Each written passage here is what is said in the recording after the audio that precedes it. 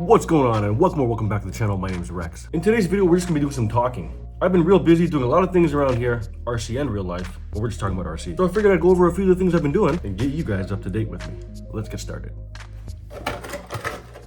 First off, this is the Whatsuparloo TT02R that I got and never really did anything with. The multiple times I tried to bring it to track, something always happened and I never got to run it, and it was usually a speed control related. Well, now it is running and I've tested it, but I haven't done anything with it.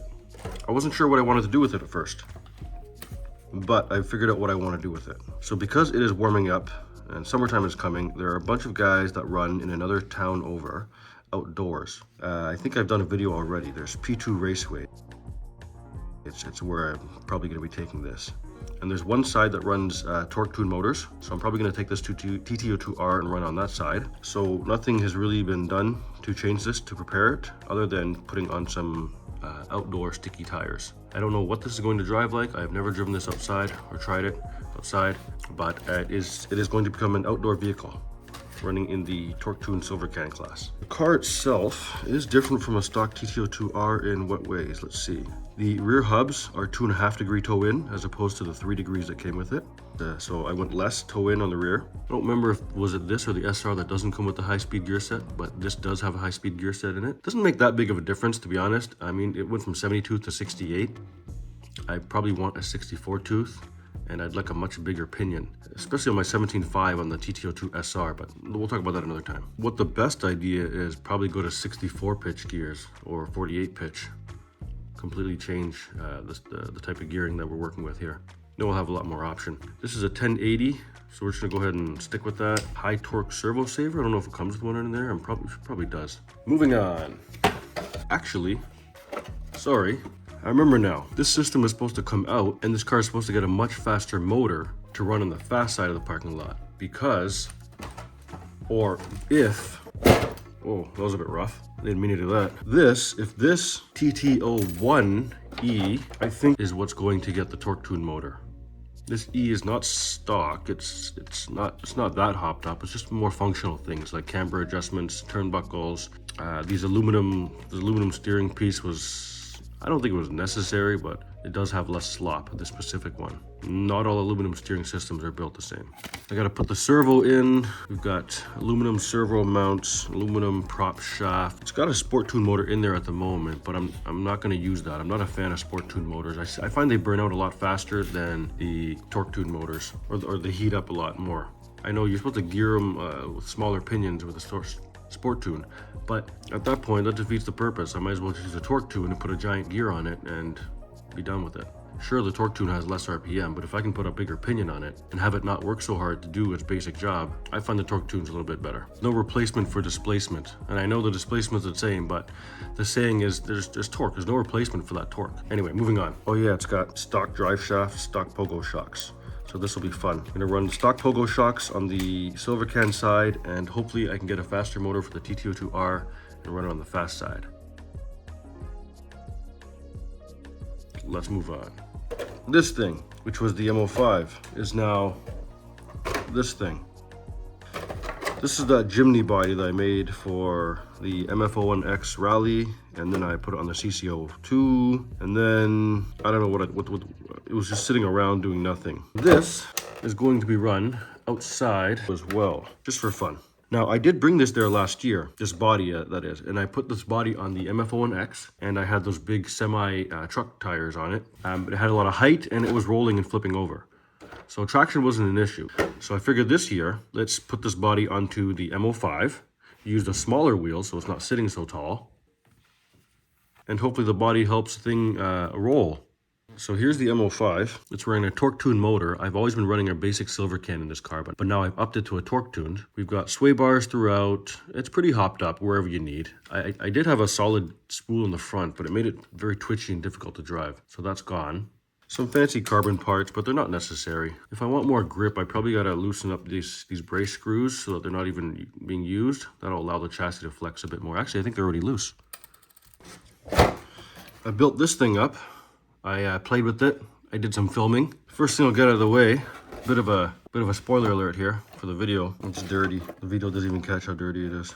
That's fine. I did have fun with it. I did get some good video, but I didn't play with it for that long because this thing is fucking slow as shit. Now, I should have learned from my Porsche 45th anniversary video that this thing is slow as balls, even with a torque tune, which is a 23 turn motor. So I'm gonna have to find something else, and I might stick a 12 turn brush that I have laying around in there. And then we'll get back out there to do some proper testing. But you guys will see a video on this one soon. Bam! This thing, which barely got any love last year, is gonna get all the love. Well, I mean, I hope so. I can't say it's going to for sure, because, you know, life keeps changing all the time. But you can't see it, but behind there is a 10.5 turn censored brushless motor. Why do I have that? Why do I have such a fast motor in there? Because I am planning to take this to a few tracks and get all that on video for you guys. See what the TD4 will do on off-road tracks. And I'm excited this year because I hopefully have a fast enough motor. Last year I did not have a fast enough motor, and I was just using 3-cell to try and compensate. And it didn't feel right. The motor combo and the power just didn't, it wasn't right. I don't know if this is right yet. I need to try this first. But that's something we'll be trying. And I managed to change up the inside. By the way, I'm looking, I don't like this body. For myself, I'm going to be changing the body on this, or turning this into a truck or something, I don't know. So I've removed the driver head and the bar plate, like the one across here, and a roll bar. That way I can fit electronics in here, because this car is way too tight. I did have another fan inside here where you can mount it, but I pulled the wire out by mistake, so I've got another one that I think is too big. Problem is, it takes a 20mm fan, and this one's like a 25mm fan, so I've got a 20mm fan in there. All right, moving on. I have busted this thing out again. Busted this out, got it working, and the speed is enough. I think the speed's enough for this little thing, but I wonder how this would do off-road. Also, there's a couple guys that run these things, so I figured I'd bust it out, and if there's enough of these, we can do a little small race or whatever. But after taking this out, I got intrigued, and I went online looking for different parts. And there's all kinds of different parts for this, you know, different spring sets for the front suspension, for the rear suspension, aluminum support pieces, bearing carriers, all kinds of stuff. There's a soft tire, but what I like a lot is I saw something called a camel block tire, they call it, which is like a dirt bike tire. You can get a dirt bike tire on the front here, and I can throw the rally tires in the rear, and maybe this can go off-road. So that's something I'm very interested in. But yeah, but question is, do I spend the money on something like this? Something I would like to note. If I had the choice, I think I would rather go with that other trike that's on the market, the Flamingo X-Rider. That thing seems to drive more like a race vehicle and less like a comical toy. So if I had to pick one, I think I'd pick that one, just because it seems a little more versatile. And it even comes with off-road tires, but it doesn't have the ground clearance that this one does. So that's why I'm excited to maybe put some rally tires on this and the dirt bike tire in the front. If you don't know what this is the T301 leaning Tamiya dancing dual rider thing. Okay, moving on. I learned something about this body. This body where I won one of my first qualifiers with the TT02 SR. Matt De Silva lent me this body and then ended up giving it to me, who was a race winner. Before him, it belonged to another race winner, and actually the Orca representative is who it belonged to. This body is very rare and not made anymore. It's the lightweight 05 NSX. And I found out recently that this body holds a story. Everybody's got their own story with this specific body. And he came to me and he said, hey, when you're done with this body, let me know. Don't throw it out, I'll take it back. And when he said that, this is Frankie, by the way. When he said that, I realized that there's certainly some deeper meaning to the body. And, you know, I didn't want to run this anyway, but I kind of ran it.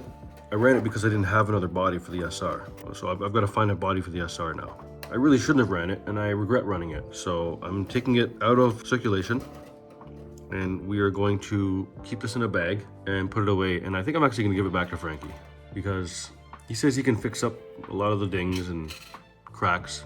And I think it'd be cool if I gave it to him with one of those display stands that James has 3D printed me, so he can mount wheels on it and keep it as a display body. I'll probably do that.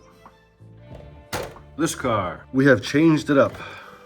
I've swapped suspension with the SR, so this had a very small suspension with a lot of spacers in it, giving it barely any travel, so that I could run it on the carpet.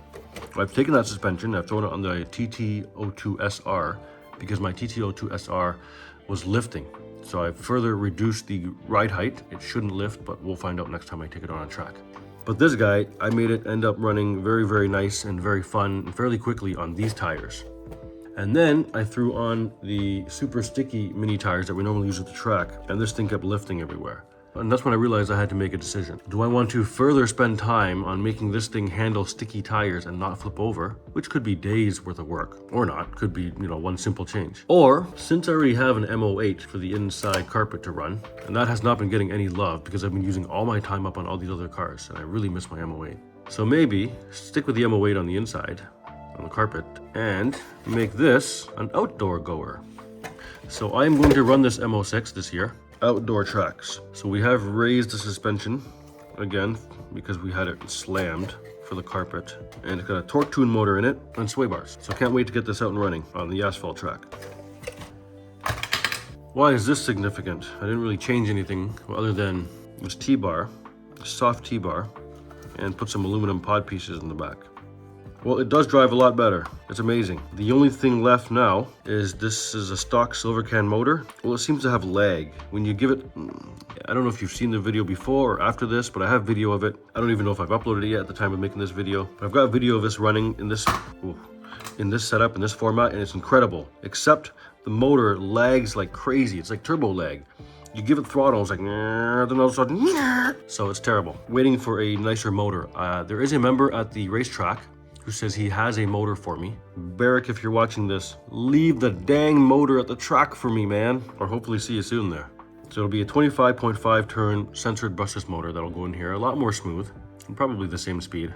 But this is significant to show you because I'm going to take a slight deviation or break at the carpet track. I will not be driving anything four-wheel drive. I mean, I'm gonna go back with the SR real quick and see what it can do. But then I'm going to be stopping that and focusing solely on rear-wheel drive vehicles, which will be this F1 car and my M08. And the reason being is I'm finding it very difficult to get used to the different cars. It takes me a full battery pack to just get into the mode to driving each car. So I switch between the F1 and the different minis and my four-wheel drive touring cars. And in doing that all the time, it takes me a full battery pack, like I said, each time to get re-used to it. Then once I'm used to it, I've got to use another couple packs to then tune that car. Unfortunately, in the meantime, during the first pack of me getting used to the cars, I often hit the walls. So to help mitigate some of that, I'm going to focus on one type of vehicle for a little while. And that's going to be these because I really love driving this F1 and I really like my M08. But we're still going to try and make the TT02 SR not flip on this high traction surface. So I'll still make a couple videos of that before I permanently focus on rear-wheel drive for a bit inside. That's inside. Outside, I'll be driving everything. My fun buggy is on the table because I need to make changes. The rear needs more traction. Because of these narrow tires in the back here, it comes around a little bit too easy. So I'd like to stiffen up the rear and see what happens. Something else cool I've done recently, taken my paint caps, glued them together to make walls.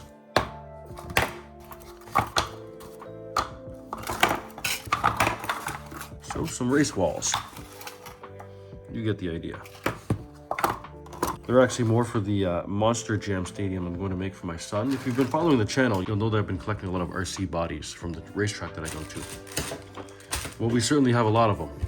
And I also went through some old tires and wheels, ones that are worth tossing, and glued them together to make pylons, I guess, what do you call them?